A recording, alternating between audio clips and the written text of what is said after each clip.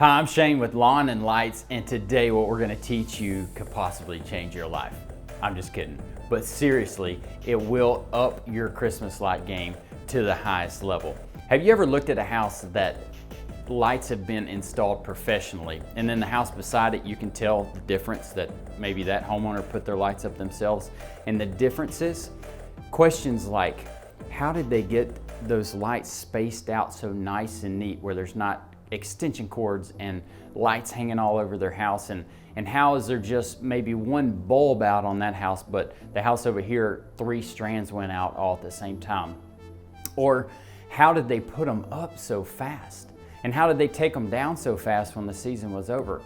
All these questions might have flown through your mind before, and what we're going to teach you today is how to do that. So by the end of this video, you will know exactly how that happens.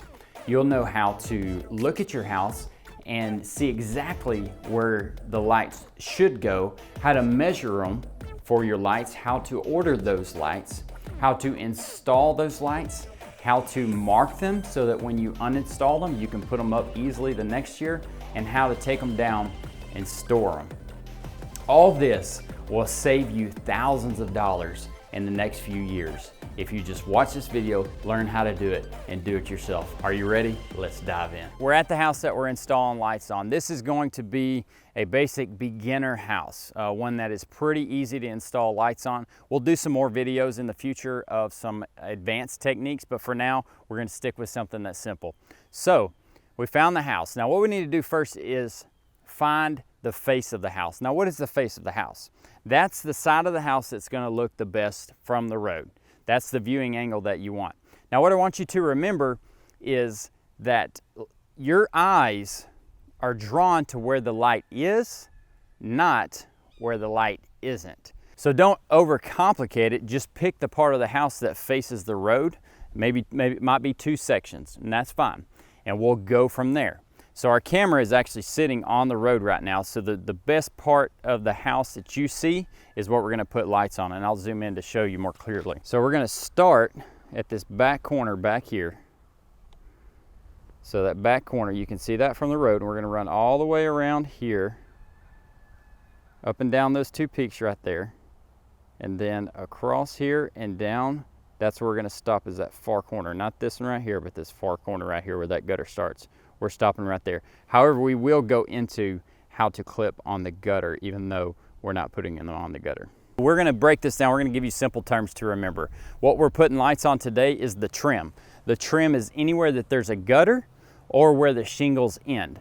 And ridges are advanced techniques that we'll go over in a later video. Ridges are what's on top of the roof, okay? So we will be showing you how to install lights on ridges, but we'll go in more depth in a later video. So now we have to measure the roof line. There's 2 ways to do this. One being Google, and the other we'll show you in a minute. So the absolute easiest way to measure your roof is to do it from Google Maps. So what you're going to do is get on Google Maps, you're going to zoom in to your home, your location that you're trying to put lights on. So we've already went through the process of deciding where we want the lights, so this would be the easier part, is measuring this from Google. So we're going to zoom into our home. Now what we want to do is change the layer to the satellite version. Alright, so the first thing you're going to do is start on a corner, on an ending point. So you're going to right click where you want to start. So we decided we're going to start here. We're going to right click that, and we're going to say measure distance. Okay, so we got our starting point there. Now we're just going to click again at the next corner. This is where it gets a little tricky, is that you have to adjust for the pitch of the roof, because Google is not going to know that there's a pitch there. We do know that this measurement is going to be pretty accurate right here, because that's just a straight line. There's no pitch in the roof there. But this first pitch right here, what we're going to do to account for the extra footage is just click back here. Try to match the angle of the pitch to the angle of this line here. It's going to be a good guess. Then we're coming back down to the corner, working out there. That's straight across right there. And then again, we're going to adjust for the pitch of the roof here. Come back down here, out to the corner. And then we decided we're going to go ahead and wrap around to here on this house. So that's what you can see from the road. That's what we're measuring. We got 140 feet on this measurement. That's going to be really close. This job, we'll measure it at the end and see how close we were, but it's going to be somewhere between 135 feet and 150 feet. So we're within 10% there. That's the easiest way to measure. If your house is being blocked by trees on Google Maps, we'll walk through some different way to measure right now. When you're ordering with us, the more accurate that you can be, the better. So we're going to go over how to actually measure it out based on your steps. Now, you can use a tape measure and just lay it out and measure it out that way. But I found that it's quicker if you measure your steps and then walk it out. So we're going to lay out this tape measure.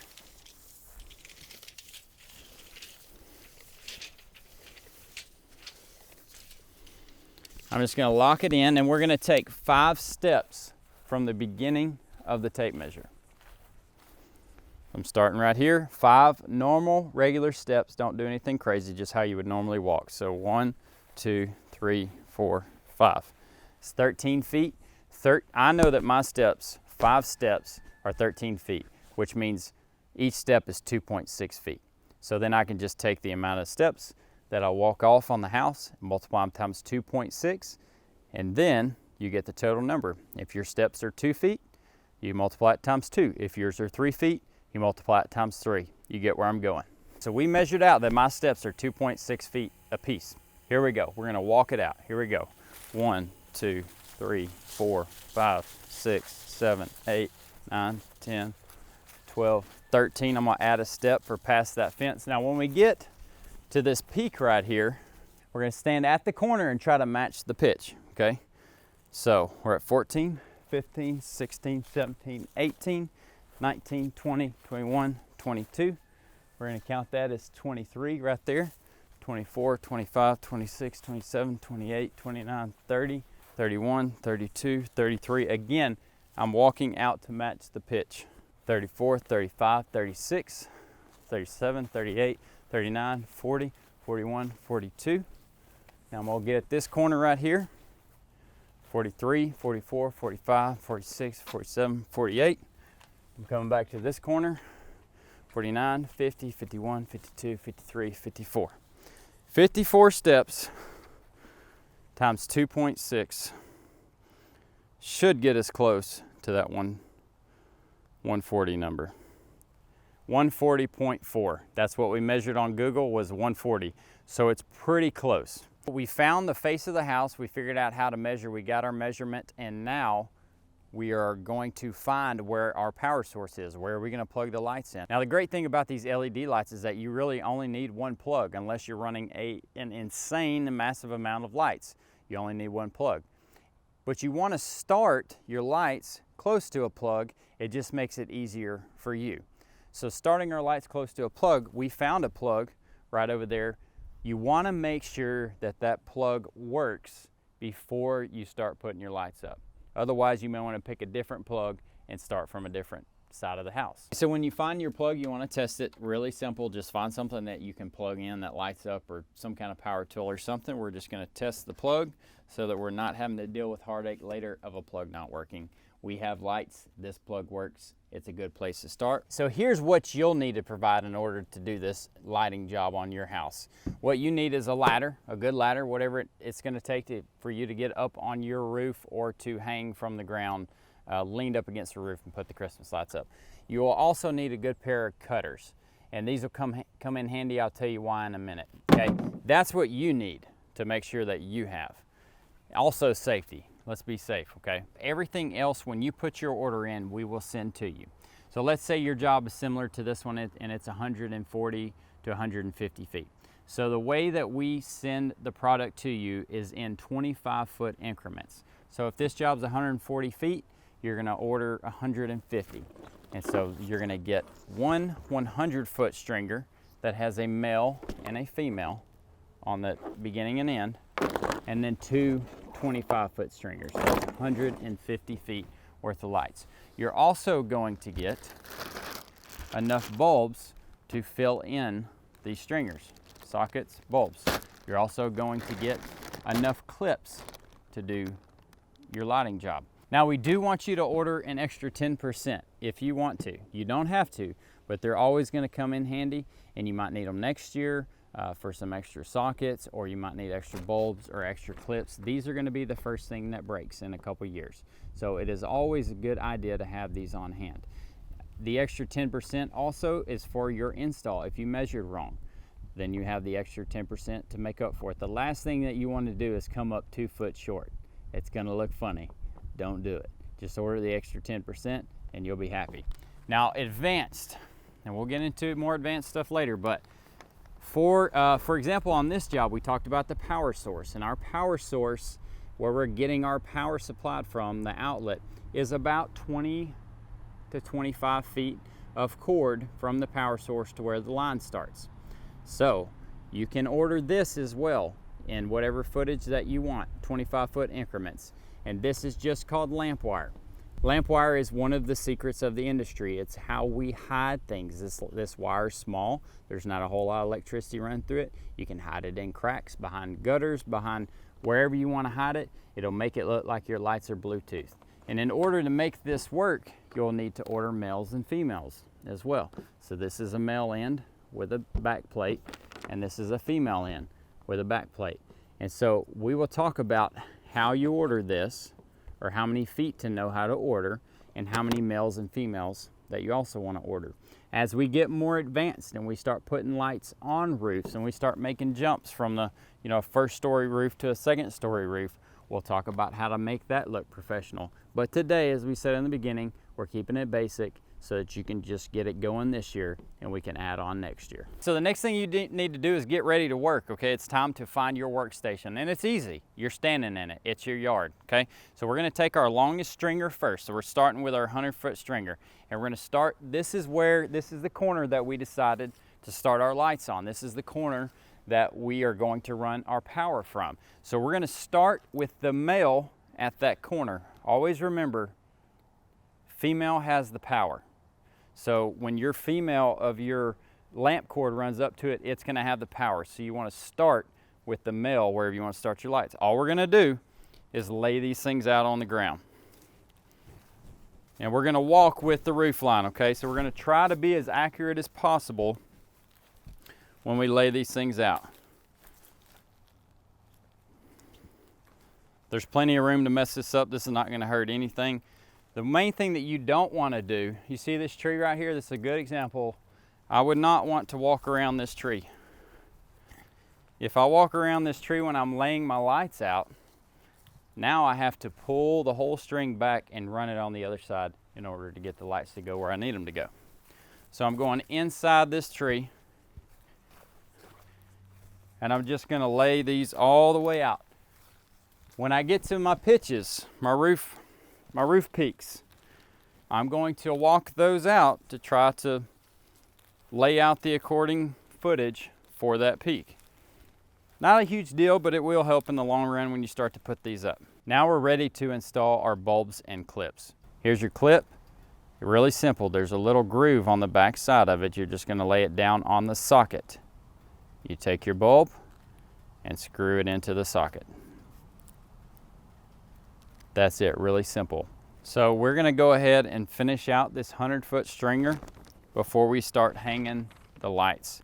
The reason is it's a lot easier to do this on the ground than it is while you're on the ladder or on the roof. We're almost ready to put these up on the house, but what I want to talk about is more of the magic sauce of making these look like a professional did them. Now you're the pro, okay? It's time for you to make them look professional. The secret sauce, or one of the secret sauces, is put a clip on every bulb. Do not skimp on that. That's why they look clean and nice and tight and in a row and in a straight line.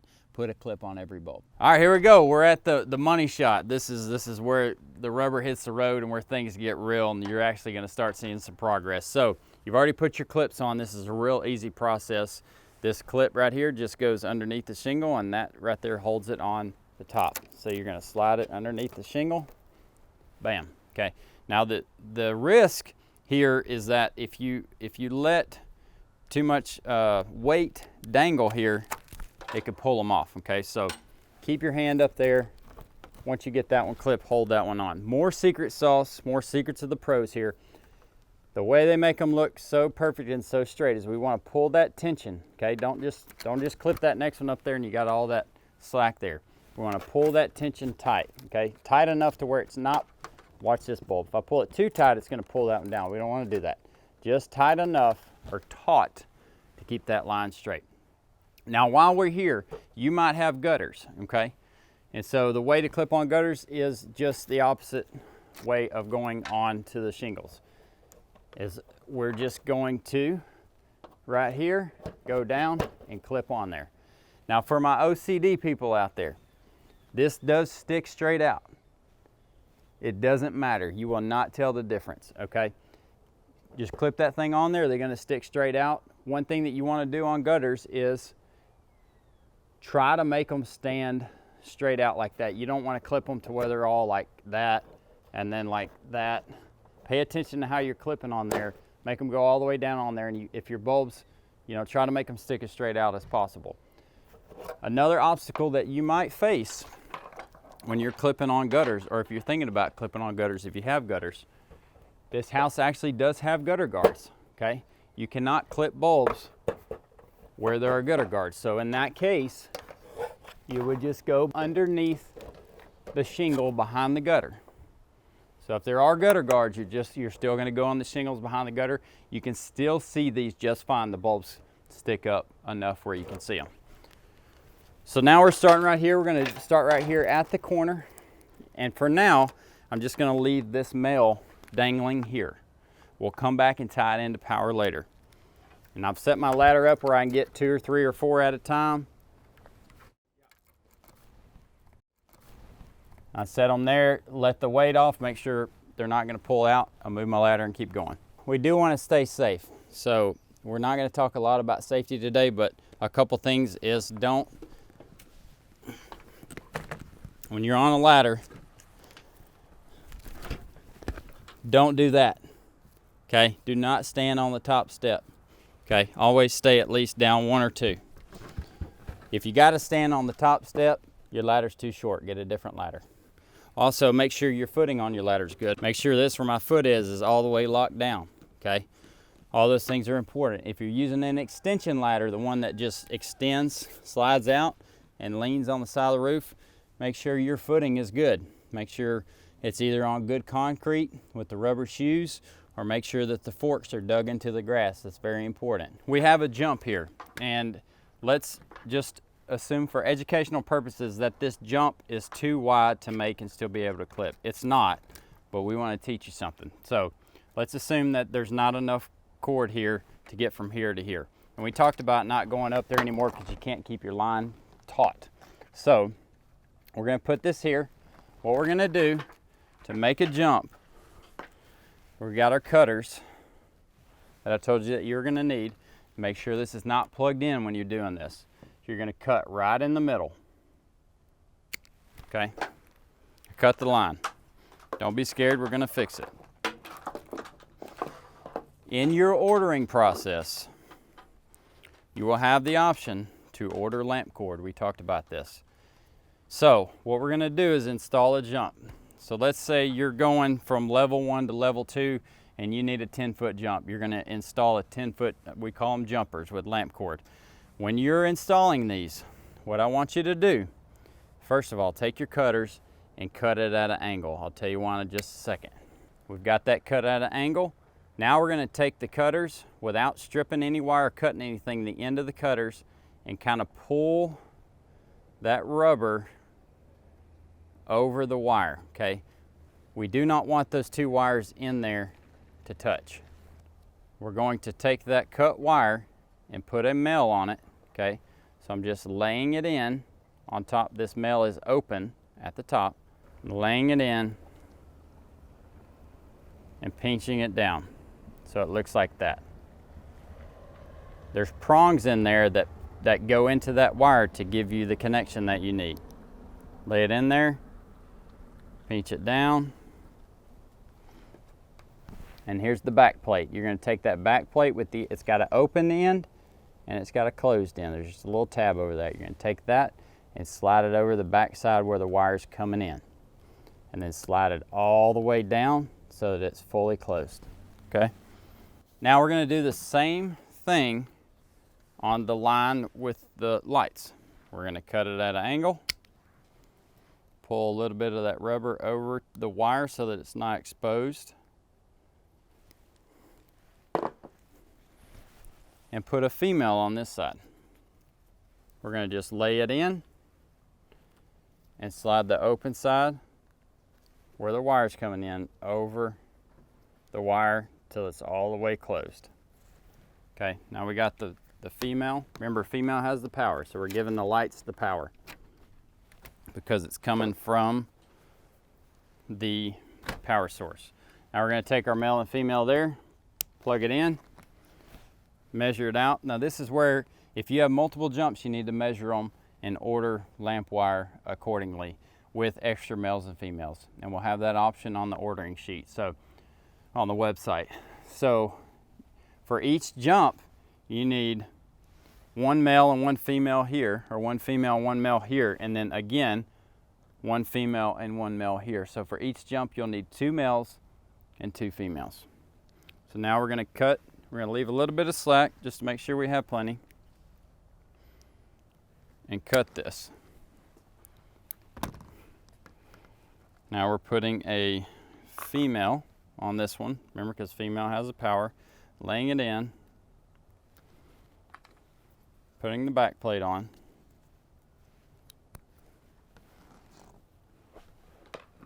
now we're going to take our line, our existing, this was our 100-foot stringer, cut that one at an angle. We're going to pull over,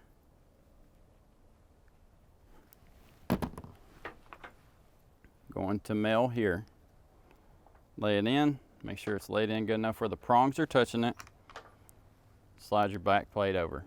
That makes your jump. Now again, we didn't have to do this here, but for instructional purposes, I wanted to teach you how to do that. Now what do we do about this roof line that's going under here, underneath the other roof line? Don't worry about it. Just start it back right here where they come together. Remember, your eyes are drawn to where the light is, not where the light's not. It is not necessary to go underneath existing. Now what do we do on your jumps?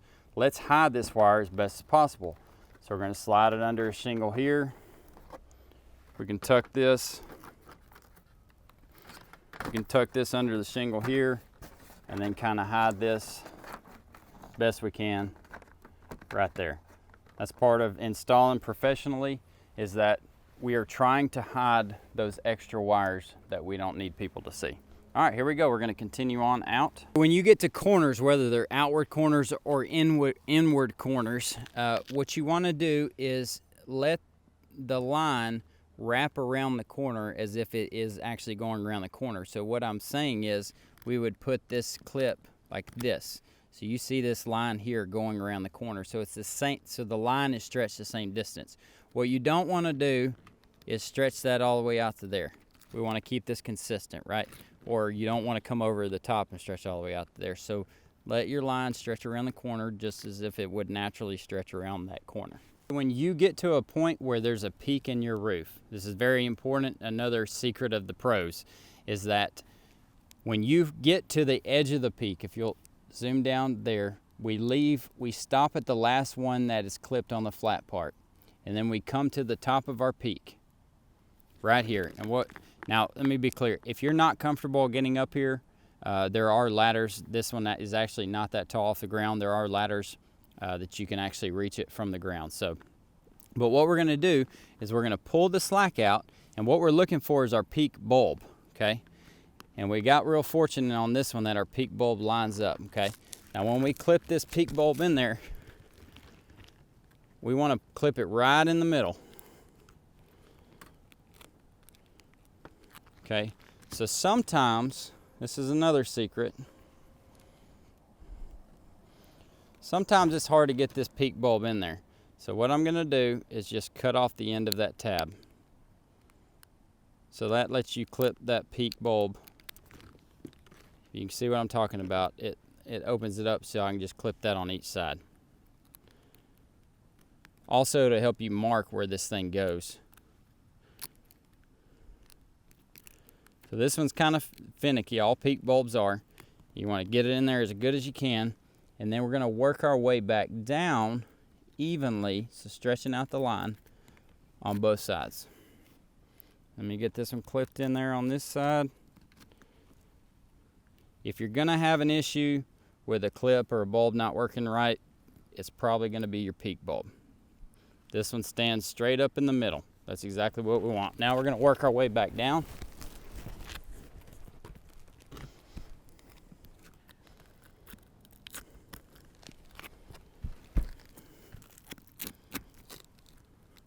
What we're wanting to do here, we want the same exact amount of lights on each side of that peak to make it look professional.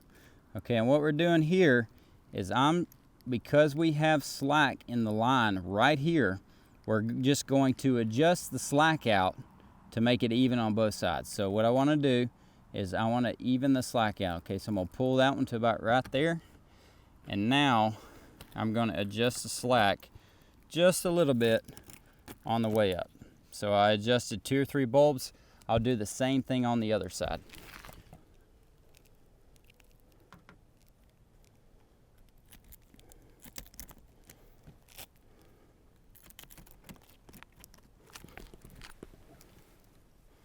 So on the other side, I started adjusting the slack about right there. I'm going to try to make it as close as possible to what the other side looks like.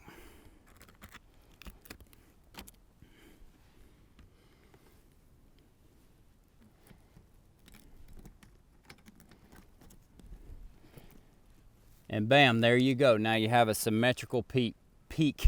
And now you have a symmetrical peak that looks the same from any angle. All right, we're going to continue on and finish out this roof line.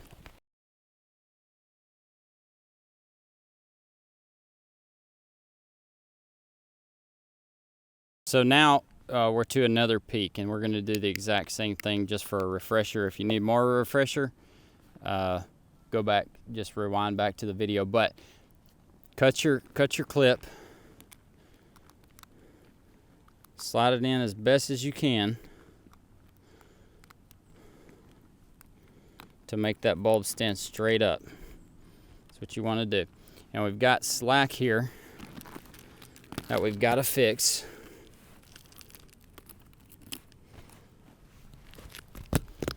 If you have too much slack, we're going to be okay here with our slack, but if you have too much slack, you can always just take the bulb out and hide it underneath the shingle. Just make sure it's upside down or it's not going to get wet, because there are times where the peaks don't work out perfect and you have slack that's like 10 inches and you may not be able to get rid of that with the bulb in it. So you could just unscrew the bulb and hide it under the shingle. We're on the other side of the peak, and we worked our slack down on the other side, so we're going to match that slack. The first one's pretty tight, the second one's got a little slack in it.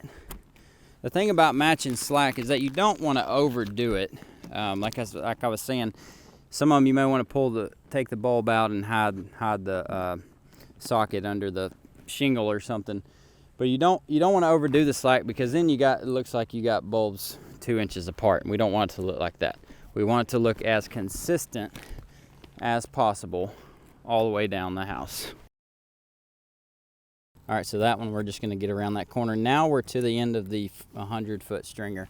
So we're going to grab one of our 25-footers and continue out. So these are cut where the length is going to be real similar. So we just plug them in and keep going. Wherever you see electrical lines coming into the house, just be super careful. I want to stress safety again. You can do this from the ground. I've been on hundreds and hundreds of roofs, so I'm comfortable up here. And I am being safe based on my experience. But most of these, you can get ladders that are tall enough to do from the ground. If you don't have a tall enough ladder, you can rent them. So kind of see what kind of ladders you need before you start the process of installing your lights.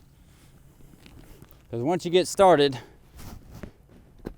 it's a bummer to have to stop and go get a ladder from a buddy or rent one. So we're on our last 25-foot stringer. We're about to see how close we were and our measurements. Once you get the hang of this, after the first season, you're gonna put them up, and you're gonna take them down, and next season when you put them up again, this type of job, if yours is similar, is only going to take you about an hour and a half or less. Each year you're gonna save some time on it. Now every house is different, and that's why we'll be doing more training videos on how to install ridge lines, how to do steep roofs, how to make bigger jumps, dormers. If you want to go ahead and order for those, just take into account anytime you're making a jump, you're going to need that amount of footage and lamp wire. Okay, so we've made it to the end here. What we're going to do, that's going to be our last bulb right here. We're going to go ahead and cut in the middle of that. Remember, make sure they're not plugged in. Now, I don't have an extra female on me, so I'm just going to take the one off of this 25-foot stringer and put it on the end of the line. You always want to finish your line out with a female. That way, if you ever want to add on, you can add on. Okay, we've got it cut. Put that on there. And then clip the last bulb on the job. I'm just wrapping this female around the line so it points down. Okay, we're not done yet. We still have to connect to power and test everything. And then we're going to show you how to mark them for when you take them down so that you can put them up super fast next year. This doesn't need to be a whole day, Saturday, wasted an entire day. Go watch your kids play the sports that they're involved in and put your lights up in an hour and a half next year. And save thousands of dollars in the meantime. We'll also talk about what this job would cost you if you had a professional and licensed company do it. Now, we measured this roof on Google, and we got 140 feet. This job ended up being about 138 feet. When we walked it off, we got 140 feet. So we were pretty close. Now, this is what we have left over. We have extra clips and extra bulbs. These are for replacements, for bulbs that may go out in the future, for clips that will break in the future. 2, 3, 4 years down the road, you're gonna have some clips start breaking. So these are all for extras. Put them in your box that you're storing them in so that you can use them in the years to come. We gotta tie into power, right? One thing that I forgot to tell you to do is to get yourself a timer. You can go to Lowe's, Home Depot, any hardware store, and just buy a $10, $20 timer. You don't need anything special. Really the thing that with your timer is you wanna make sure that it's in a spot that it's not going to get wet. Photocell timers are fine. If you get photocell timer, make sure that you don't have an outdoor light that's gonna affect it. Just the regular dial timers are also fine, whatever floats your boat.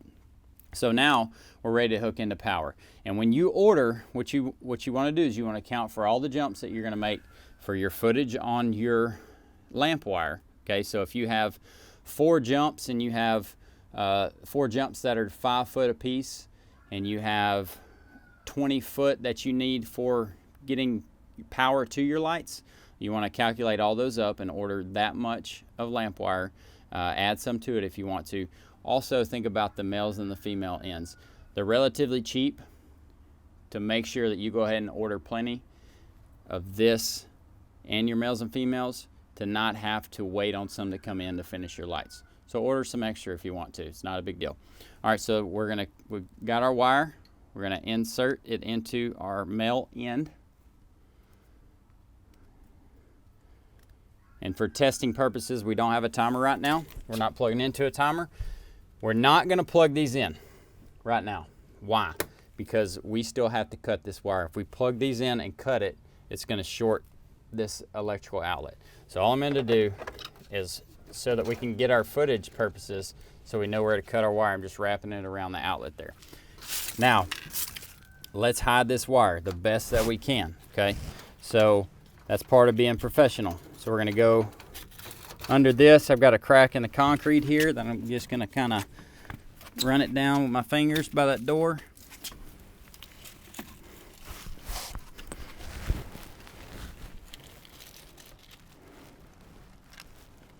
And there's a crack in the concrete here. Anywhere that we can hide this wire, we're going to try to hide it the best way we can. You can also take some hot glue if you got a hot glue gun. If there's not really a great crack to hide the wire in, you can just hot glue it down to the concrete or the side of the brick. It's a great way to keep the wire from being exposed. We call this Bluetoothing in the industry. You got Bluetooth Christmas lights.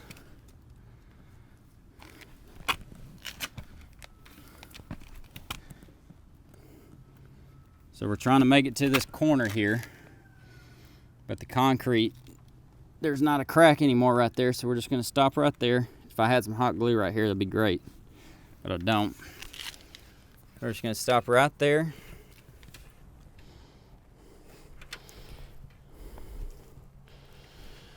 I've got my cutters, so I'm gonna poke that down so hopefully it'll stay when I start coming up. Don't poke it too hard. Now I've got this little gap here behind this vinyl. I'm gonna work my line up. Now this is, you might consider this a lot of work to keep the wires hidden, but it really is that special touch of making your lights look better than anyone else's. Worked it all the way up that vinyl, out the top of the vinyl. Now I've got another piece of vinyl here I can work it under. And now we're going to right here, so we're just going to measure up, cut, leave a little slack. Remember, cut at an angle. That is not plugged in. If that was plugged in, that would have shorted out that outlet. Remember, female has the power. Don't ever put, I'm going to tell you this from experience on accident, don't ever put a male in a male. Don't do it. You may think that there's a case where you might need to do it. Don't do it. Because when that male is unplugged, plugged into the outlet and unplugged on the other side, and you touch it, that thing's hot. It will bite you. We're gonna plug in there. Kind of hide that a little bit. Bada bang, bada boom, Bluetooth. So here's the cool thing, is that now that you know how to do this, you can save thousands of dollars. If you're gonna have a professional Christmas light company come out and do this to your house, the prices are all over the map, but they're gonna be somewhere between $500 and $1,000 every year. High quality Christmas lights like these, the stringers, the bulbs, the clips, all those are professional grade. This is what the installers actually use. They're expensive, they just are. But the cool thing is that with a Christmas light company, you're paying those guys to put up and take down your lights every year, and a lot of them store them for you too, so those costs are included. So every year you're paying $500 to $1,000 for that. So over years you're going to save thousands of dollars. With us, it's still expensive, but you're paying it one time. So this house would be around $400 to $500. You're paying it one time. You know how to put them up. You know how to take them down. They're going to last for a long time, and you're going to be really happy with your work. Let's get into how to mark these things so that when you take them down next year, you can put them up super fast. So you're going to take a picture of your house, preferably at an angle where you can see all the lights.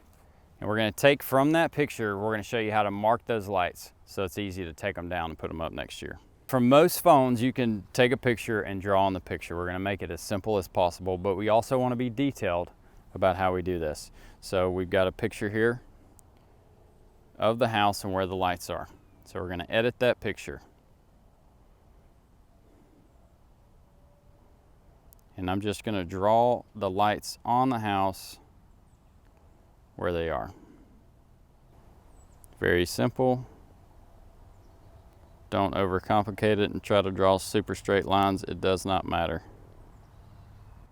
Okay, now that we've got our line drawn on the house, we technically only have one line. If you have multiple lines, you may want to draw different colors. Now here's the part where we get to actually marking where those lines will go. Now you can mark these things in different ways. You can get duct tape and wrap it around there and put a number on it, okay? You can buy little plastic tags and laminate a number on there. You can do it the way I'm about to tell you with colored zip ties. It does not matter. The point here is that you mark them. And we really try to over mark them so that there's no question next year. You can get real minimal and just put a number here or there, but if you want to get them up quick next year and not have an issue, then you want to over mark them if you can. So what we're going to do is put colored zip ties. And so we've already done this colored zip ties, and all I'm gonna do is we put a colored zip tie at the start. That was orange. So all I'm gonna do is put a dot there of that color. It's important to mark your peaks, because when you unroll them, you'll know where to start. You can start from your peaks next year, it's easy. Okay, so that peak, the last peak was blue. This one is red. Real simple. And then the last one is yellow. So essentially, you could start at any point on that map and understand where they go. So if you're looking at the house, we started here at the end and put an orange zip tie on it. Then on this one, there's a blue. And then on this one, there was a red. And then on this one is a yellow. So next year when you get out, if you find the yellow one first, you could start here, work your way to the corner, and then find your red one, put your red, work your slack out both sides, run all the way across, blue, slack out both sides, and then work back to the orange. Or you could start at orange and do it that way. Or you could find your peaks and work from that peak down to that peak. It doesn't matter. The point is that you want to be clear and defined on where those lights go. The more clear and more defined that you can label your lights, the faster and the easier and less headache and less tangled up and all that stuff that you'll have to deal with. Okay, when it's time to take them down, these clips are really sturdy and these bulbs are really sturdy. So literally you can just grab the wire and rip them down. Try to get like 5 or 6 at a time. Just give it a little shake. Don't just yank real hard, but just give it a little shake and start letting them fall off the roof. That's what they're designed for. These are not gonna break unless they fall from like 20 feet off a roof and hit concrete. Once you get them down on the ground, real simple, we're just gonna roll them up 2 or 3 bulbs at a time, just like that. This is real simple, okay? Then you can take the end of it if you want to and tie a little knot. When you lay them in your box, try to lay them flat like this. You can put them in a cardboard box, you can put them in a plastic box, you can put whatever you want to put them in, but just try to lay them flat so that they're nice and organized for when you take them out next year. Hey, thanks so much for watching. We appreciate you being here. That is how to install Christmas lights on your house and make them look super professional. This is the house behind me. Stay with us. We'll have some videos in the future on how to scale up, on how to do ridge lines and dormers and extra things like that and make jumps and all that stuff. But for now, we're showing you the basic package, and you can kind of figure out how to do those things on your own if you're a DIYer. Link below to order your lights, all professional grade, high quality lights that'll last a long time. I'll leave a link in the description as well on where to get some colored zip ties to mark your lights. Otherwise, you can just use the other methods we talk about. And always remember, love God, love others, and let your work reflect that. We'll catch you on the next one.